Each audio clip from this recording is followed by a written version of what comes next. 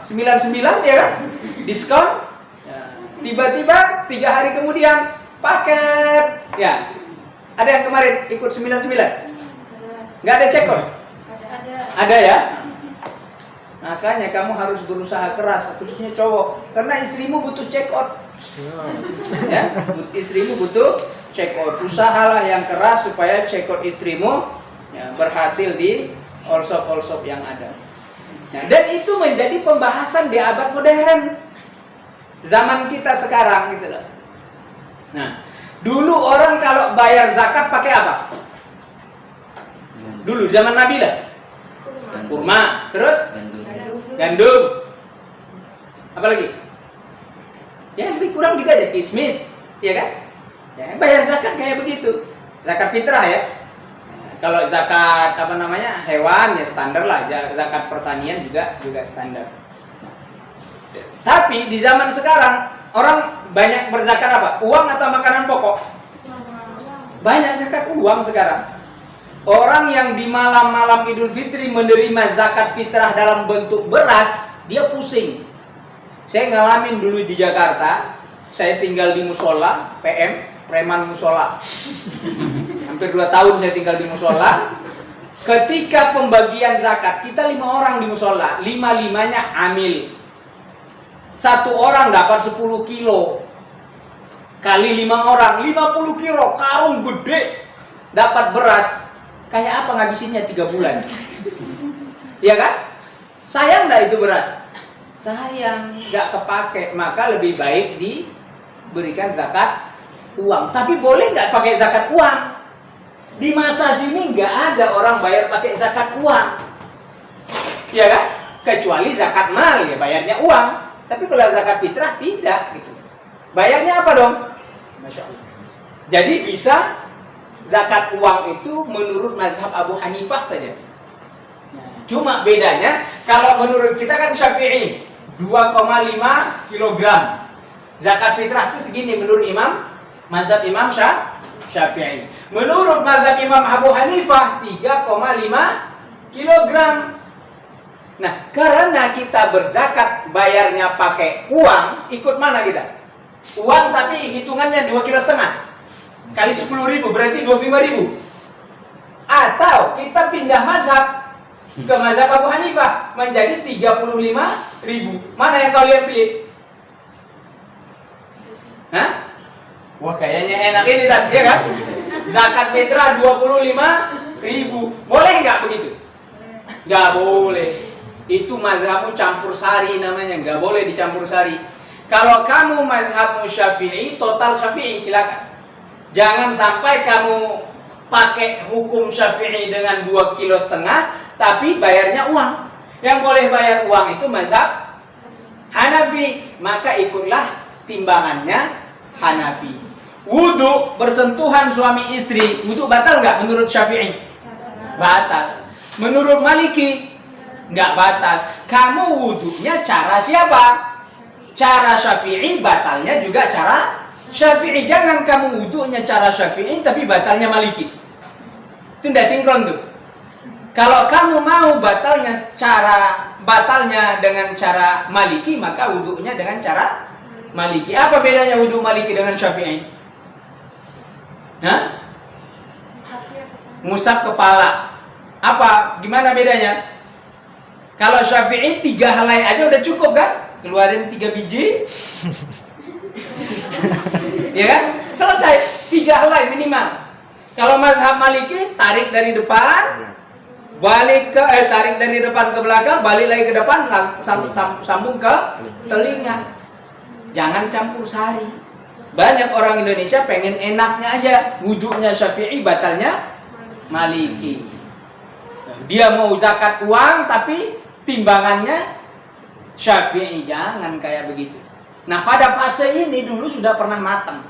Sekarang pada masa jumud sudah berhenti, stuck. Ya, ibarat kalau fisika itu apa namanya? Benda kita lemparkan ke atas, di atas sebenarnya dia berhenti sejenak kan? Iya kan? Dia ini berhenti sejenak. Kalau di film kartun agak lama itu. Ya kan gini dulu kan gitu. Film kartun agak lama. Tapi kalau di fisika enggak, dia berhenti sejenak aja nih. Ya 0, sekian detik saja lah. Berhenti sejenak baru jatuh ke bawah. Nah, itulah namanya tawakuf itu begitu, berhenti. Cuma berhenti sebentar. Baru menurun. Nanti akan mengalami lagi perkembangan-perkembangan, tapi tidak setinggi puncaknya. Tidak lagi setinggi puncaknya. Sekarang sudah berkembang fikih, sudah berkembang syariat, sudah berkembang. Mengalami pasang surut lah. Kalau yang ke bawah ini mengalami pasang surut. Baik, itulah yang akan kita bahas. Ini halaman 5 ahdur Rasul. Ya, masa Nabi sallallahu alaihi wasallam, hadzal ahdu kanat sanawatuhu qalilah. Masanya sedikit. Sanawat artinya tahun-tahunnya. Qalilah. Qalilah apa artinya? Qalil, sedikit. Li'annaha lam tazid, karena dia tidak lebih an isnani wa ishrin, dari 22 tahun. Wa bid'ati ashhur, dan beberapa bulan. Bid'ah itu artinya bulan. Bid'ah dengan dot, bukan dal. Bid'atun. Bid'atun ini 1 sampai 9. Gitu ya, beberapa bulan. Jadi beberapa bulan artinya tidak sampai 10 bulan. Lain bid'ah yang begini pakai dal, lain bid'atun. Nah, bid'atun ini apa? Bid'ah ini apa? Man ahdatsa fi amrina hadza, kata Nabi, siapa yang membuat hal-hal baru dalam urusan agama kami, falaisa minna, dan dia tidak ada dari kami, fahuwa raddun, maka itu ditolak. Walakin kanat atharuhu jalilah, tetapi efeknya sangat jelas. Li'annahu khalfun nusus al-ahkam fil Qur'an wa sunnah. Nah, pada masa itulah munculnya nas-nas. Nusus itu artinya nas atau teks, ya, teks al-ahkam, hukum-hukum fil Qur'an wa sunnah. Wa khallafa iddata usul tasyri' kulliyah. Pada masa itu pula dibentuk usul atau asas dari syariat secara umum. Jadi yang dilakukan oleh para sahabat dan para tabi'in ini, mereka itu sudah punya acuan umum di masa Nabi. Jadi kalau terjadi kayak begini, oh dulu di zaman Nabi kami bikin begini, ya kan? Oh dulu sahabat Nabi melakukan ini kalau situasi begitu. Itu namanya mereka sudah punya acuan tersendiri. Wa arsyada ila iddatil masadir, dan diarahkan untuk masuk ke beberapa sumber wadalail yata'arraf biha al-hukm la nassu ala hikmah wa bihadza khallafa assas at-tasyri' al-kamil. Dari situlah nanti didirikan syariat yang sempurna. Wa qad kana hadzal 'adu fatratain mutamayyizatain. Di situ wa qad kana, pada masa itu, fatratain, ada dua masa. Mutamayyizataini, dua masa yang istimewa. Yang pertama fatratul ula, muddah wujudur Rasul sallallahu alaihi wasallam di Mekah. Masa Nabi di Mekah 12 tahun, wa bid'ati ashhur, beberapa bulan, tidak pas 13 tahun. Wa bi'satihi ila hinil hijrah, min bi'sah, dari diutusnya beliau sampai dia hijrah. Wa fi hadhihi al-fatrah kana al-muslimun afrada qalail mustad'afin. Kaum muslimin pada masa itu masih sedikit. Qalail artinya sedikit, qalilun, qalilah. Mustad'afin artinya masih dhaif, lemah. Lam tatakawwan minhum ummah, belum terbentuk menjadi ummah, masih dewe-dewe, masih sendiri-sendiri. Walam takun lahum syu'unun daulah, mereka belum juga bisa bikin urusan negara, jadi belum menjadi negara. Wa kana hammur Rasul sallallahu alaihi wasallam fiha muwajjihan ila bathid da'wah ila tauhid. Ya, pada masa itu Nabi sallallahu alaihi wasallam ingin menyampaikan tauhid wa ta'wilil wujuhin nas 'anil awthan wal asnam, mengalihkan wajah-wajah manusia dari awthan. Wathan ini dari berhala, wal asnam, dan patung. Wathan, asnam. Apa bedanya wathan dengan asnam? Dapat enggak kalimatnya? Al-awthan jamak dari al-wathan. Apa makna wathan? berhala. Asnam jamak jadi dari sanamun. Sanamun artinya apa? Patung. Apa bedanya? Kalau sanam ada wujudnya, ada fisiknya. Kalau wasan tidak ada fisiknya, menyembah dewa. Dewanya mana? Nggak kelihatan. Nah, itu berarti dia wasani, menyembah sesuatu yang tidak berwujud, tidak tampak wujudnya. Tapi kalau dewanya atau Tuhannya itu mereka bikin patungnya, lalu patungnya yang mereka sembah, namanya itu sonam atau asnam. Ini pengulangan aja ya, kita udah sampaikan sebetulnya. Wal fatra ats-tsaniyah, pada masa yang kedua muddah wujudur Rasul bil Madinah, keberadaan Nabi setelah hijrah di Madinah. Wahya asyara sanawat, sekitar 10 tahun bitakrib kira-kira. Min tarikh hijratihi, dari beliau hijrah, ila tarikh wafati. Hijrahnya Nabi kemarin tahun berapa? Satu? Hah? Kan hijrah baru dihitung tanggal kan Ustaz? Iya. Kapan Nabi hijrah? Tanggal berapa? No, bukan. Kayaknya udah saya omongin 3 kali loh ini. Belum. Nabi hijrah itu bukan tanggal 1 Muharram. Muharram itu adalah bulan pertama di setiap tahun, ibaratnya Januarian. Januari itu sama dengan Muharram. Tapi bukan berarti Nabi hijrahnya tanggal 1 Muharram, bukan. Bulan-bulan itu sudah ada sebelum ada tahun Hijriah, bulan sudah ada. Sekarang bulan berapa nih? 9. Innalillahi. Hijriah. Oh ya.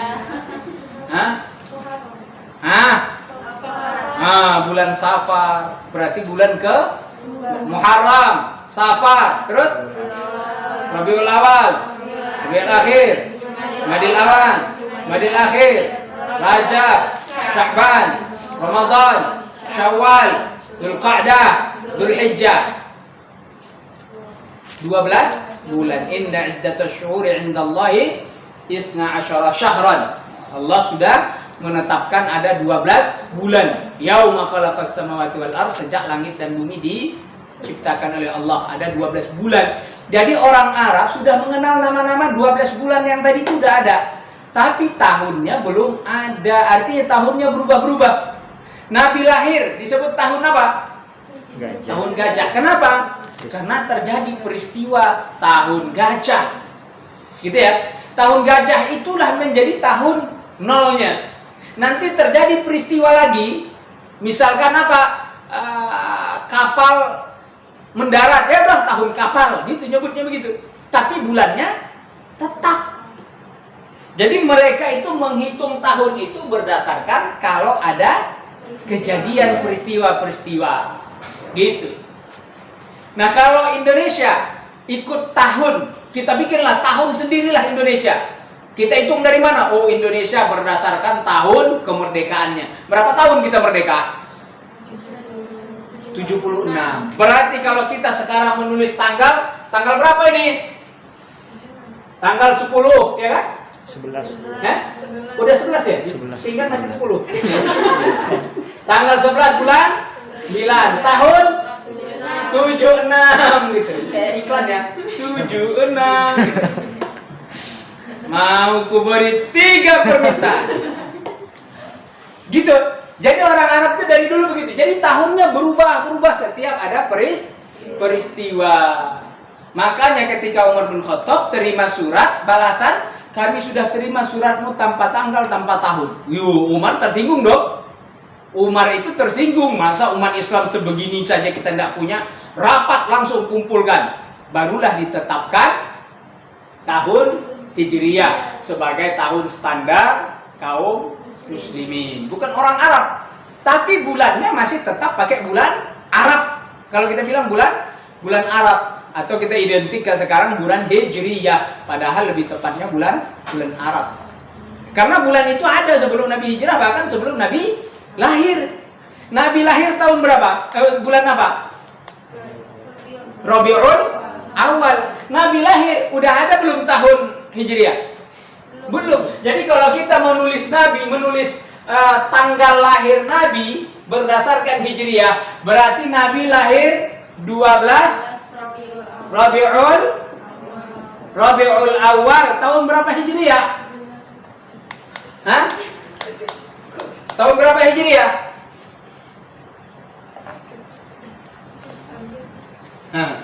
Nabi hijrah umur berapa? Aduh. Hah? 53. Berarti 53 qoblal hijrah. Sebelum hijrah. Pernah kalian dengar tahun sebelum Masehi? Ada? SM biasa disingkat begitu kan? Ya ada nggak? 4000 tahun sebelum Masehi. Berarti 4000 tahun sebelum Nabi Isa lahir. Kira-kira begitu. Tahunnya berubah-berubah, tapi bulannya sudah ada. Dan Nabi hijrah itu bukan bulan Muharram. Nabi hijrah itu bulan Rabiul Awal, tanggal 12. Nabi hijrah sampai ke Madinah itu tanggal 12 Rabiul Awal. Mereka itu menghitung mundur. Berarti Nabi hijrah tanggal 12 Rabiul Awal berapa tahun? Tahun berapa? Tahun 0 Hijriyah. Karena itu baru dimulai hitungannya. Tapi di masa Nabi belum dipakai hitungan bulan tahun itu. Belum dipakai. Cuma penggunaan dalam catatan sejarah sudah ada sekarang ini. Iya kan? Apa-apa kejadian perang Badar tahun berapa? Tahun kedua Hijriyah. Setelah ada tahun Hijriyah. Gitu ngitungnya. Terjadi Bai'ah Aqabah, Bai'atul Ridwan, tahu? As-Sulh Hudaybiyah. Pernah dengar? Kamu itu enggak rajin dengerin maulid sih. Dengerin K-pop sering. Nabi hijrah tahun 0. Sampai di Madinah 2 tahun terjadi peristiwa perang. Namanya perang Badar. Kemudian setelah perang Badar orang Quraisy kalah, orang Quraisy membalas. Nanti tahun depannya terjadi perang Uhud. Masya Allah, itu peristiwa besar. Nah setelah perang Uhud nanti terjadi semacam gencatan senjata. Tahun ke-5 Hijriah, Nabi berangkat dari Mekah bersama para sahabat sekitar jumlahnya 1.500 orang. Sekitar 1.500 orang pengen melaksanakan umrah. Ya, pengen melaksanakan umrah. Tapi sampai di sana nggak dikasih masuk sama orang Mekah. Kenapa? Lah Muhammad dengan kita musuhan, jangan kasih masuk. Sudah terjadi dialog, bernegosiasi, akhirnya terjadilah as-sulhu Hudaybiyah, perjanjian Hudaybiyah, perdamaian antara kaum musyrikin Mekah dengan Nabi Sallallahu Alaihi Wasallam. Dibikin surat perjanjiannya panjang dan banyak isinya. Di antara syarat-syaratnya apa? Kalau ada orang Muslim yang pengen balik ke Mekah, maka Muhammad nggak boleh menghalangi. Tapi kalau ada orang Mekah yang pengen bergabung ke Madinah, Muhammad nggak boleh nerima. Asik nggak perjanjian kayak begitu? Berat sebelah kan? Nguntungin yang di sana gitu. Tapi Nabi terima semua. Yang penting damai. Masya Allah. Sampai hari itu sahabat-sahabat termasuk Umar bin Khattab itu menggerutu. Alasna alal haq ya Rasulullah. Kita ini benar kan Nabi? Iya kata Nabi. Mereka itu salah kan? Iya salah. Kok kita ngalah gitu? Gak puas dia ngadu lagi kepada Abu Bakar. Abu Bakar kita benar kan? Benar kata Abu Bakar. Mereka salah kan? Iya salah. Kenapa kita pilih begini? Kok kita setuju? Jawaban Abu Bakar sederhana. Ada nggak keputusan yang lebih baik daripada keputusan Nabi? Ada nggak? Akhirnya Umar, ya juga ya gitu. Tapi dalam hatinya masih menggerutu gitu loh. Umar ini kan orangnya realistis aja lah gitu loh. Perjanjian berat sebelah begitu kok diterima gitu. Umar kan tipenya begitu. Suka protes, kalau nggak cocok ya dia protes gitu. Sementara Abu Bakar tipenya apa kata Nabi? Pasti the best one, nggak ada yang lain. Ada nggak pilihan yang lebih baik kalau sudah Nabi kasih pilihan? Nggak ada. Inna fatahna laka fathan mubina. Kami berikan engkau kemenangan. Kata Umar, kemenangan apa kayak begini? Nyata-nyata kita tidak bisa masuk Mekah, tidak bisa haji, tidak bisa umroh, kok katanya kemenangan? Itu masa gencatan senjatanya berapa tahun? 10 tahun. Diterima oleh Nabi. Kenapa diterima oleh Nabi? Nabi tahu mereka nanti pasti berkhianat. Pasti berkhianat. Janji 10 tahun, belum 10 tahun pasti berkhianat. Secara otomatis kalau sudah ada berkhianat, perjanjian akan batal. Dan berhaklah Nabi menyerang mereka. Dan ternyata hikmahnya luar biasa. Pada masa gencatan senjata itu Islam berkembang luas. Aman kan? Orang yang pengen masuk ke Madinah pada hari yang sama, ada orang datang, ya Rasulullah, aku pengen ikut ke Mekah. Kata Nabi, sorry, nggak bisa. Loh kenapa ya Rasul? Kami udah bikin perjanjian. Kamu udah boleh masuk Madinah. Orang tadi sedih apa gembira? Ya sedih, ya Rasulullah, aku nih mau beriman kok engkau nggak kasih. Kata Nabi, mohon maaf, kita udah bikin perjanjian, kamu nggak bisa kami terima. Ya Rasul, masa kami kembali ke negeri kafir? Orang-orang kafir di sana, mau nggak dia kembali kafir? Nggak mau. Bisa nggak dia masuk ke tempat Nabi, Madinah? Nggak bisa. Terus apa yang dia jadikan? Dia cari tempat baru. Setiap orang yang mau masuk Islam ditolak ke Madinah, masuk ke sini. Sehingga ini ribuan orang juga nih. Akhirnya ribuan orang inilah nanti yang akan berperang melawan orang Quraisy Mekah. Quraisy datang kepada Muhammad, itu orang Islam merangin kami. Kata Nabi, loh, lain anggota kami tuh. Dia Islam tapi bukan penduduk sini. Kan kamu tidak kasih masuk ke Madinah. Itu mereka tuh di sana gitu loh. Cerdas nggak cara Nabi? Cerdas. Ya Nabi, Nabi kok dilawan, mau dikadalin. Masya Allah. Karena tidak puas dengan ini, makanya orang Quraisy nanti dapat undangan. Dari siapa? Dari orang Yahudi. Bani Nadir, Bani Quraisyah. Ini bani-bani orang Yahudi itu banyak. Mereka menyebut kaum muslimin Bani Qillah. Bani Qillah, kaum yang sedikit. Kenapa sedikit? Karena mereka banyak. Besar-besar kabilahnya, ribuan setiap satu kabilah. Mereka undanglah orang Mekah, yuk kita perangin Muhammad, yuk. Mumpung lagi sepi nih, gitu. Akhirnya ngumpul semua kabilah. Ibaratnya ini apa ini? Pasti kamu tidak tahu ya. Ini Laut Merah nih. Ini Laut Merah. Di sini ini posisi Mekah nih, Ka'bah di sini. Madinah di sini nih, Madinah. Di sini sudah masuk wilayah apa nih? Sudah masuk wilayah Palestina, ya, sudah masuk wilayah Syam ya. Palestina itu Syam. Orang-orang yang ada di sekitar Mekah ini, di sekitar Madinah sini semua mengepung Nabi. Semua mengepung Nabi dan para sahabat Madinah. Pokoknya musuhku adalah musuhku. Ya kan? Nabi nggak cocok sama orang Quraisy.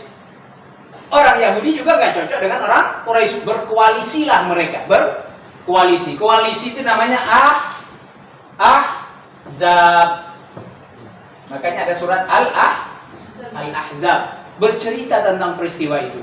Ngumpullah mereka untuk menyerang Madinah. Untuk menyerang Madinah. Maka Nabi SAW menghadapi serangan-serangan kayak begitu, Nabi lakukan lobby. Ke kabilah-kabilah yang mungkin dihadapi, Nabi datangin, kirim utusan. Utusannya apa? Kamu hari ini datang merangin kami. Oke, anggaplah kamu menang. Orang Quraisy pulang. Suku Bani Asad, suku Bani-Bani ini juga pulang. Kamu tetap di sini dekat kami. Mereka pulang, kamu dekat kami. Berani tidak kamu nanti pas mereka pulang? Kalau kami hadapin. Ciut lagi nyalinya. Oh iya ya. Mereka nanti kan pulang, gak selamanya di sini. Loh, hancur dong aku. Jadi kabilah-kabilah ini akhirnya mengatakan, udah kami tidak jadi ikut perang. Lihat kan? Kan benar kan? Yang dikatakan oleh Nabi itu benar gak? Orang Quraisy pulang, kabilah Bani Asad, Bani-Bani yang besar nanti pulang ke tanah negeri mereka sendiri. Lah kamu mau kemana? Tetap di situ. Jumlahmu cuma seuprit. Didatangin Abu Bakar, Umar, Utsman, Ali saja sudah repot urusanmu. Akhirnya apa? Mereka Ya sudah, kami nggak jadi perang.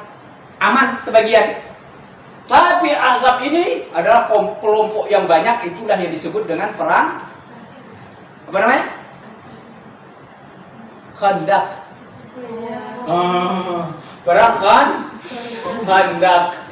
Ahzab itu koalisi karena yang memerangi Nabi pasukan koalisi. Khandaq itu karena Nabi dan para sahabat menggali parit. Disitulah ketika Nabi dan para sahabat menggali parit, Nabi kasih setiap 10 hasta 10 orang 10 hasta, ya kira-kira 40 cm lah ya. Sekali 10 berarti 4 meter 4 meter untuk 10 orang 4 meter. Ini lebarnya berapa? 6 meter. Dalamnya berapa? 4 meter. Inilah digali oleh para sahabat. Kalau kita bikin hitungannya, panjang kali lebar kali tinggi, berapa itu? Hah? Panjangnya berapa? 4 kali lebarnya 6, tingginya 4, ya kan? Nah, panjang kali lebar kali tinggi, berapa itu volumenya? Ya? Berapa? Ya 4 meter dari sini ke sana untuk 10 orang. Dalamnya lebarnya 6 meter. 6 meter lebarnya. Panjang dalamnya 4 meter, digali oleh para sahabat. Semua ikut menggali, tak terkecuali, termasuk Nabi. Termasuk Nabi. Para sahabat menceritakan, Nabi itu tersingkap perutnya waktu menggali itu, perut Nabi kelihatan. Mereka menggali sambil bernasyid. Apa syair yang dibaca? Syair memuji Nabi. Jadi jangan bilang sholawatan haram ya. Karena sahabat itu sambil nyanyi asyik. Sampai mereka ketemu satu batu besar yang tidak bisa dihancurkan. Yang bisa menghancurkan siapa? Nabi. Ya Rasul, ada batu besar nggak bisa hancur. Yang mana? Diambil baru dung pecah. Makanya kata para sahabat, Nabi memiliki kekuatan lebih dibandingkan para sahabat-sahabat dia. Sahabat yang lain udah coba, tapi batu besar itu hanya bisa hancur di tangan Nabi Shallallahu Alaihi Wasallam. Peristiwa perang Khandaq. Nah, karena perang Khandaq itu kaum muslimin menang, itu luar biasa. Jagoan lah kita bilang pada perang Khandaq itu adalah Ali bin Abi Thalib. Ada seorang jagoan Quraisy. Dia kalau bertarung, kan dulu perang kan begitu. Jadi tidak langsung hadap pedang-pedang, panah-panah, enggak. Ngumpul dulu, kirim. Siapa jagoan kamu, kami kirim jagoan kami. Dari Mekah datanglah jagoan yang namanya Amr bin Al-Wud. Amr bin Al-Wud ini, Amr Al-Wud datang menantang. Siapa yang berani? Ayo sini. Diam semua. Amr Al-Wud ini ternyata dia memang jagoan. 1 lawan 20 orang biasa dia menang. Jagoan, tinggi, gede. Umurnya sudah lebih 80 tahun tapi masih gagah, jago. Siapa yang berani? Diam, kata Nabi. Ayo, siapa yang berani? Ana ya Rasulullah. Ali masih anak muda. Ali masih 20-an tahun. Ana Rasul. Kata Nabi, siapa yang mana? Ana Rasul. Gak ada yang berani tunjuk tangan. Umar segede-gedenya Umar gak berani. Memang ini jagoan. Amr Al-Wud ini memang jagoan gitu. Dia 1 lawan 20 biasa dia menang. Resikonya mati memang gitu. Orang tidak bisa melewatin parit ini tadi kecuali 3 orang saja. Ini ngelompatin 4 meter, siapa yang bisa? Nyebrang ke sini 4 meter loh. Ya paling tidak atlet lompat jauh itu berbisa itu. Iya kan 4 meter. Kalau jatuh ke dalam nggak bisa naik lagi. Ini 6 meter, ke dalamnya 4 meter. Gimana melompatnya? Sekencang-kencangnya kuda lompat 6 meter, nggak lalu, nggak kuat. Kalau masuk ke dalam nggak bisa naik. Tapi Amr Al-Wud bisa. Nah itu makanya tadi bikin orang takut kan? Makanya bikin orang takut. Akhirnya sampai 3 kali tawarkan Nabi, gak ada yang maju. Ana ya Rasulullah, Ali terus ana. Ya sudah, nggak ada yang lain. Ali lah maju.